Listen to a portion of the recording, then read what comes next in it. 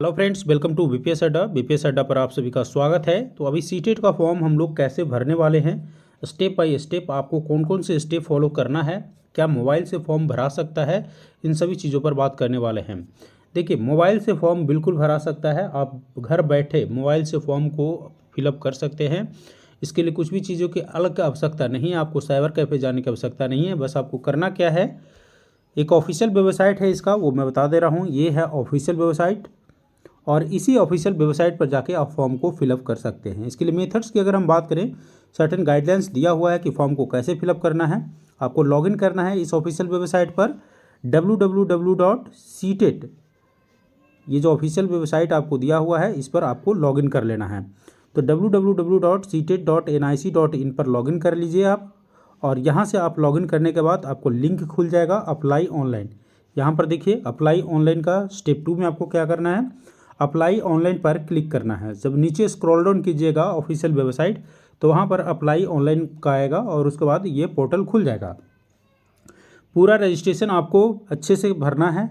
जो third guideline है वो ये कि पूरा रजिस्ट्रेशन फॉर्म को ढंग से भरना है, अपना नाम पता जो भी है, पिन कोड वगैरह ज़रूर डाल दीजिएगा। उसके बाद आप क्या करेंगे, स्टेप 4 में ये सारे स्टेप आपको फॉलो करने पड़ेंगे। स्टेप 4 में अपलोड स्कैन इमेज, आपका जो इमेज स्कैन फ़ोटो जो है स्कैन करके रखे हैं, स्कैन करने का मतलब ये है कि आप फ़ोटो को मोबाइल से भी खींच के उसको क्रॉप करके अपने साइज़ का बना सकते हैं। ठीक है, तो आप upload scanned image of the latest passport photograph, तो जो लेटेस्ट आपका इमेज है उसको आप स्कैन करके और सिग्नेचर को स्कैन करके रख लीजिए।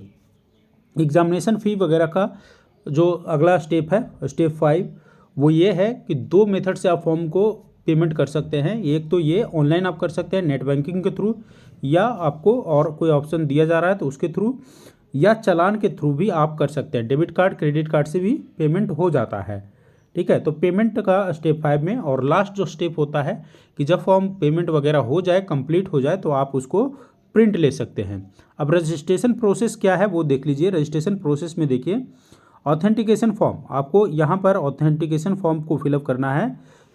फिल डिटेल्स लाइक स्टेट, आपको स्टेट वगैरह भरना है। आइडेंटिफिकेशन टाइप भरना है। आइडेंटिफिकेशन टाइप भरने के बाद आपको सेलेक्ट एनी आइडेंटिटी, आपको पास आइडेंटिटी जब सेलेक्ट करिएगा तो ऐसा आइडेंटिटी सेलेक्ट करिएगा जो आपके पास विजुअल हो। ऐसा आइडेंटिटी मत सेलेक्ट कर दीजिएगा जो विजुअल ना हो। राइट, तो एक आइडेंटिटी अपना देना है, जैसे कोई किसी को कटा हुआ होगा या किसी को कुछ ऐसा ऐसा मार्क रहता है बॉडी में जिससे आप आइडेंटिफाई हो सके। डेट ऑफ बर्थ और जेंडर वगैरह जो है, कैंडिडेट का नाम, ये सब आपको ऑथेंटिकेशन जो फॉर्म निकलने वाला है उसमें आप भरिएगा। ये सब अच्छे से भरना है। ऑनलाइन एप्लीकेशन फॉर्म में जो है आपको अब यहाँ पर क्या करना है, fill complete online application form and choose password, आपको पासवर्ड चूज करना है। Thereafter submission registration number and application number आपको जनरेट होगा। तो जब आप लॉगिन कीजिएगा फिर पासवर्ड जनरेट होगा। पासवर्ड जनरेट करने के बाद आपको इस पासवर्ड को याद करके रखना है। ओके, पासवर्ड की पॉलिसी क्या है, किस तरीके से पासवर्ड बनेगा ये देख लीजिए। थोड़ा सा बहुत इंपॉर्टेंट चीज़ है। पासवर्ड में कभी कभी क्या होता है कि पासवर्ड ही क्रिएट नहीं हो पाता है वहाँ पर। तो पासवर्ड में आपको जो कैरेक्टर होना चाहिए, कितने कैरेक्टर का होना चाहिए, 8 से लेकर 13 तक आपको पूरा कैरेक्टर होना चाहिए, यानी 8 से होना चाहिए और 13 तक। उसके बाद इसमें क्या कहता है कि एक अपर केस होना चाहिए। अपर केस एक जरूरी, अपर केस मतलब कैपिटल लेटर को कहते हैं अपर केस। अल्फ़ाबेट का कोई एक कैपिटल लेटर रखिए, उसके बाद न्यूमेरिक नंबर रखिए एक, और उसके बाद स्पेशल कैरेक्टर रख सकते हैं। ठीक है, तो इन तीनों को कॉम्बिनेशन में आपका पासवर्ड होगा। अल्फ़ा न्यूमेरिक पासवर्ड होगा, अल्फ़ा न्यूमेरिक में एक कैपिटल होगा। ठीक है, और आपको कुछ स्पेशल कैरेक्टर भी रखने हैं। जैसे एक एग्जांपल के तौर पर मैं दे रहा हूँ कि मान लेते हैं कि सोहन नाम का एक व्यक्ति है और उसको अपना पासवर्ड सेट करना है। तो पासवर्ड कैसे सेट करेगा, सोहन का एस कैपिटल, बाकी अपना चाहे तो नाम लिख सकता है, और उसके बाद हो सकता है वो लिख देगा #547। इस तरीके से वो अपना पासवर्ड सेट करेगा। Right, candidate can change the password after login, इसके बाद लॉगिन के बाद आप चाहें तो कुछ पासवर्ड को चेंज भी कर दीजिए, कोई दिक्कत नहीं है। यहाँ तक आपको समझ में आया होगा। अब यहाँ पर देखिए, candidate is advise not to disclose और शेयर पासवर्ड, किसी को अपना पासवर्ड नहीं बताना है। आप पासवर्ड को जो भी आप बनाते हैं वो सिक्योर रहना चाहिए, अदरवाइज आपके फॉर्म के साथ छिड़कानी हो सकती है।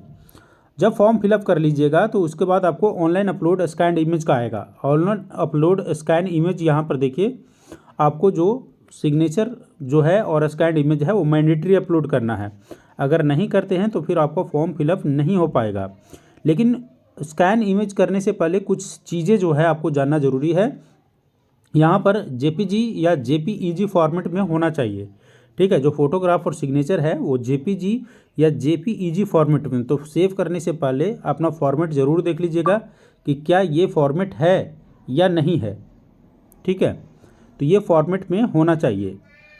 उसके बाद है आपको size of scan photograph should be between 10 to 100 KB। तो ये आपका साइज होगा आपको फोटोग्राफ का। इमेज का डायमेंशन है, विड्थ आपको 3.5 सेंटीमीटर, हाइट आपको 4.5 सेंटीमीटर। तो इसको जब एडिट कर रहे होंगे तो ये सारे डायमेंशन को आपको ध्यान में रखना है। अदरवाइज ये डायमेंशन अगर मैच नहीं करेगा ना तो आपको अपलोड नहीं हो पाएगा फॉर्म। तो इसीलिए मैं बता रहा हूँ कि इसको फॉर्म फिलअप करने से पहले एक बार ज़रूर देख लीजिएगा इन सारे चीज़ों को, नहीं तो लास्ट मोमेंट पर दिक्कत होगा फॉर्म फिलअप करने में और अननेसेसरी डिले भी होगा। पेमेंट का हमने पहले भी बता दिया था। ओबीसी और जनरल कैटेगरी है तो पेपर 1 के लिए या पेपर 2 के लिए कोई एक पेपर भरते हैं तो 1000 रुपया, और दोनों भरते हैं तो 1200 रुपया लगेगा आपको। SC ST और डिफरेंशियली एबल के लिए 500 और 600 रुपया, यानी एक पेपर के लिए 500 और दोनों पेपर अगर भरते हैं तो 600 रुपये। ये सिर्फ SC ST और डिफरेंशियली एबल के केस में है। ओके, अब यहाँ पर देखिए, इसके बाद आप इसको डाउनलोड कर सकते हैं। जब हो जाए तो इस फॉर्म को सबमिट जब कर दीजिएगा उसके बाद आपको डाउनलोड करना है। एक चीज़ ध्यान दीजिएगा कि जो आप मदर फादर का नाम लिखते हैं, किसी का भी नाम लिखते हैं, यहाँ name, father's name, mother's name and date of birth, ये एज़ पर 10th का जो सर्टिफिकेट है आपका उसके अनुसार होना चाहिए, ठीक है। मेंशन यहाँ पर स्पेशल मेंशन है कि आपका जो ये सारी चीज़ें हैं वो 10th के सर्टिफिकेट के हिसाब से होना चाहिए। कोई अगर दूसरे रहता है, नाम अगर गलत पाया जाता है तो आपका करेक्शन में दिक्कत आएगा, ठीक है। तो थोड़ी दिन के बाद कुछ करेक्शन के लिए आपको समय दिया जाएगा। तो ये सारे स्टेप हैं जिसको आप फॉलो करके अपना फॉर्म फिलअप कर सकते हैं।